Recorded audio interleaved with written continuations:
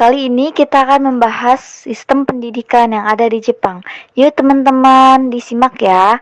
Kualitas pendidikan di Jepang memang tidak perlu dipertanyakan lagi. Jika melihat berhasil Jepang, untuk menghasilkan sumber daya manusia yang berkualitas, salah satu yang paling berperan dalam meningkatkan kualitas sumber daya manusia adalah kurikulum pendidikan. Di negara tersebut, tidak hanya di Indonesia yang gemar ganti kurikulum pendidikan, negara maju seperti Jepang pun kerap ganti kurikulum.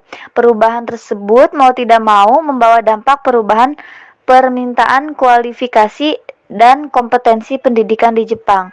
Untuk sistem pendidikan kurikulum di Jepang diatur dalam Fundamental Law of Education tahun 1947 dan terdapat revisi pada tahun 1999.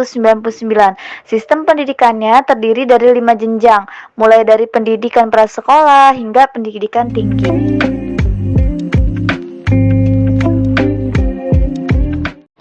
Kata orang, pendidikan kita punya 1000 masalah, dan salah satunya mungkin adalah kita. Ya, kemampuan belajar siswa Indonesia dibilang rendah. Survei 3 tahunan buat pelajar ini nunjukin kalau emang kemampuan pelajar Indonesia bisa dibilang bermasalah. Tapi emang gimana sih hasilnya? Gimana perbandingannya dengan negara-negara lainnya? Dan ada di posisi berapakah kita sekarang? Jawabannya kita ada di peringkat ke-7 dunia. Tapi dari bawah. Ya, survei yang dibuat untuk mengukur kemampuan anak dalam 3 bidang ini ternyata masih terlalu sulit. Nyatanya, kita ada di peringkat ke-71 secara keseluruhan, kalah dari negara-negara yang emang terkenal maju pendidikannya, dan bahkan kalah dari negara-negara yang umurnya belum sepertiga Indonesia. Sedihnya lagi, tren pelajar-pelajar kita belakangan ini pun turun terus-menerus. Tapi tunggu dulu, apakah tes PISA ini emang bisa ngegambarin realita pendidikan kita yang sebenarnya? Terus apa sih yang bisa kita lakuin ke depannya? Pastinya, tes ini bukanlah hasil akhir nentuin kualitas pendidikan. Tapi kalau berkaca dari hasil tadi, bisa jadi itu karena banyak masalah yang berupa pendidikan kita yang salah satunya masih adanya kebiasaan ngehafal yang bikin kita gak ngerti kenapa suatu materi itu dipelajari. Disadari atau enggak, sekolah ngajarin kita rumusnya dan lupa ngajarin kalau masalah-masalah kayak gini sering banget kita hadapin di kehidupan sehari-hari. Tapi masalahnya gak cuma ada di kelas aja, tapi juga ada di luar kelas. Misalnya kayak kondisi sosial ekonomi pelajar gak merata, yang akhirnya bikin hasil tes mereka jomplang, dan tentu saja masalah-masalah lainnya. Makanya, biar pendidikan kita bisa bersaing, kita perlu berkaca dari hasil survei ini dan ngambil kebijakan. Ya, contohnya kayak UN yang diilangin, yang perlu kita lakuin buat perbaikan pendidikan di Indonesia. Bapak pendiri bangsa kita pernah bilang, satu ucapan yang terkenal, katanya hanya satu tanah air yang bisa disebut tanah airku. Ia berkembang dengan usaha, dan usaha itu adalah usahaku. Lihat kondisi sekarang, ucapan itu bisa jadi dorongan buat kita semua yang meski di tengah fakta menjadikan kualitas pendidikan negara kita, kitalah yang harus ikut berjuang menyelesaikannya. Kurikulum sekolah dasar di Jepang. Sekolah dasar di Jepang wajib diikuti oleh anak berusia 6-12 tahun. Kurikulum di Jepang diawasi oleh The Board of Education yang terdapat pada tingkat prefektur dan menipal. Karena kedua lembaga ini masih terkait erat dengan MEX. Kurikulum sekolah dasar di Jepang meliputi pengenalan lingkungan hidup, musik, menggambar, olahraga, kerajinan tangan, pelajaran-pelajaran topik, ilmu-ilmu sains, aritmatika, homemaking, dan sosial. Sekolah dasar di Jepang memulai tahun ajaran baru pada bulan April pada tepatnya pada musim semi, saat mekarnya bunga sakura. Hal ini bertujuan membuat siswa senang dalam mengikuti pelajaran. Jam sekolah dimulai pukul 8 sampai pukul 15. Sekolah dasar di Jepang tidak ada ujian kenaikan kelas. Semua siswa naik kelas di akhir SD dan SMP juga tidak ada ujian kelulusan. Namun, ketika mereka hendak masuk SMA, mereka akan menghadapi ujian masuk yang sangat ketat dan sulit. Mereka juga diajarkan untuk mandiri. Orang tua mereka tidak pernah mengantarkan anak-anaknya ke sekolah. Berapapun umur mereka, mereka harus ke sekolah sendiri atau dengan teman-temannya. Anak-anak ini pergi ke sekolah dengan jalan kaki, naik sepeda, atau kendaraan umum seperti bus dan kereta. Biasanya, siswa dibagi ke dalam kelompok-kelompok siswa yang memiliki tempat tinggal berdekatan. Mereka akan berangkat bersama dalam satu kelompok dengan diawasi oleh banyak petugas di sisi jalan, sehingga mereka akan tetap aman walau tanpa diantar oleh orang tua. Nah, ini tentu saja melatih etos kerja keras dan sifat berhemat mereka.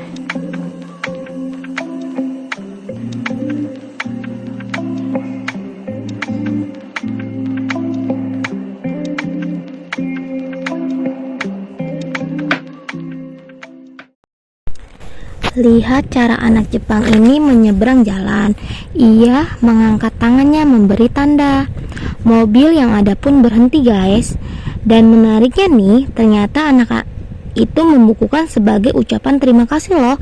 Inilah kebiasaan anak-anak Jepang saat mereka menyeberang jalan. Mengangkat tangan lalu mereka berterima kasih. Kebiasaan yang baik memang perlu dicontoh meski dalam kondisi sibuk dan harus segera ke tujuan. Mereka tidak lupa untuk membukukan badannya.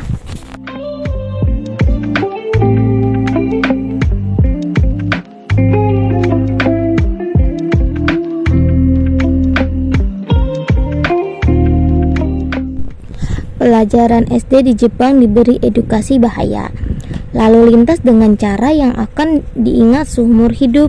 Ya, beginilah caranya berbandingan terbalik dengan negara Konoha, di mana bocah SD sudah diperbolehkan membawa sepeda motor oleh orang tuanya. Miris sekali, bukan?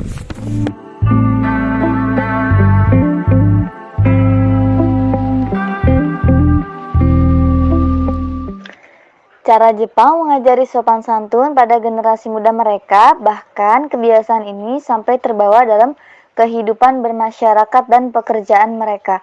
Di Jepang, anak sekolah dasar tidak akan mendapatkan soal ujian sebelum menduduki kelas 4, dan satu-satunya pelajaran yang mereka pelajari sebelum kelas 4 adalah tentang adab dan sopan santun.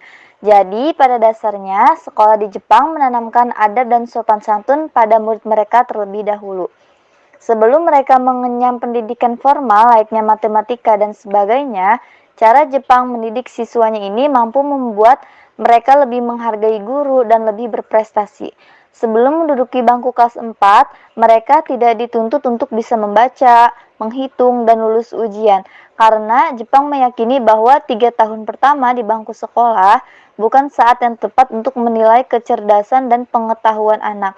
Oleh karena itu, mereka lebih memiliki untuk menanamkan karakter serta perilaku yang baik terlebih dahulu, dan mencari tahu bakat alamiah mereka yang mana mereka akan diajarkan untuk bersikap lemah lembut terhadap orang lain, hewan maupun alam.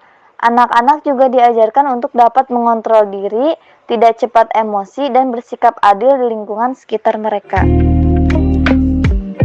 Waktu makan siang sekolah juga dianggap sebagai pendidikan yang disebut shukoku. Pendidikan makan ini tidak semuanya dilakukan secara teori. Anak-anak dibagi menjadi beberapa kelompok.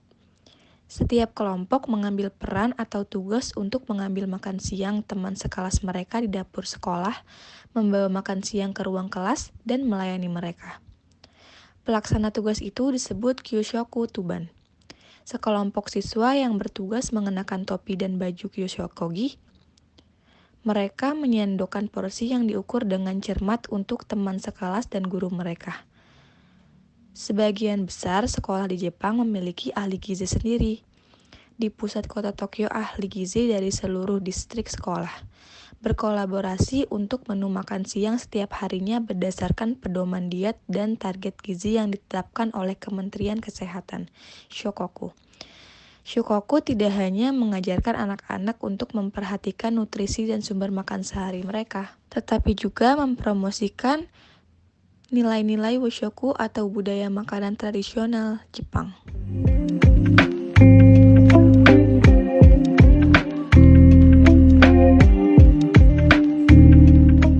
Jadi, seperti yang kita tahu bahwa negara Jepang itu merupakan salah satu negara dengan tingkat kesadaran penduduknya sangat tinggi.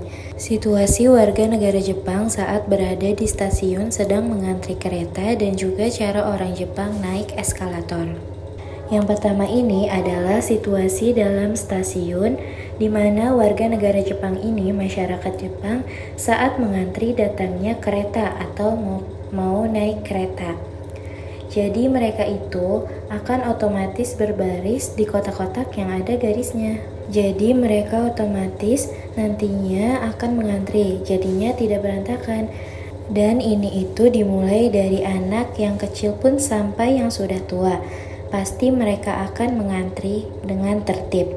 Dan saat kereta berhenti, maka otomatis orang-orang yang mengantri, mereka membelah menjadi dua bagian.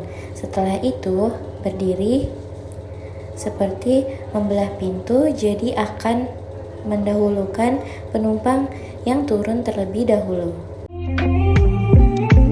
Sebelum mengakhiri jam sekolah, anak-anak ini wajib membersihkan kelasnya masing-masing.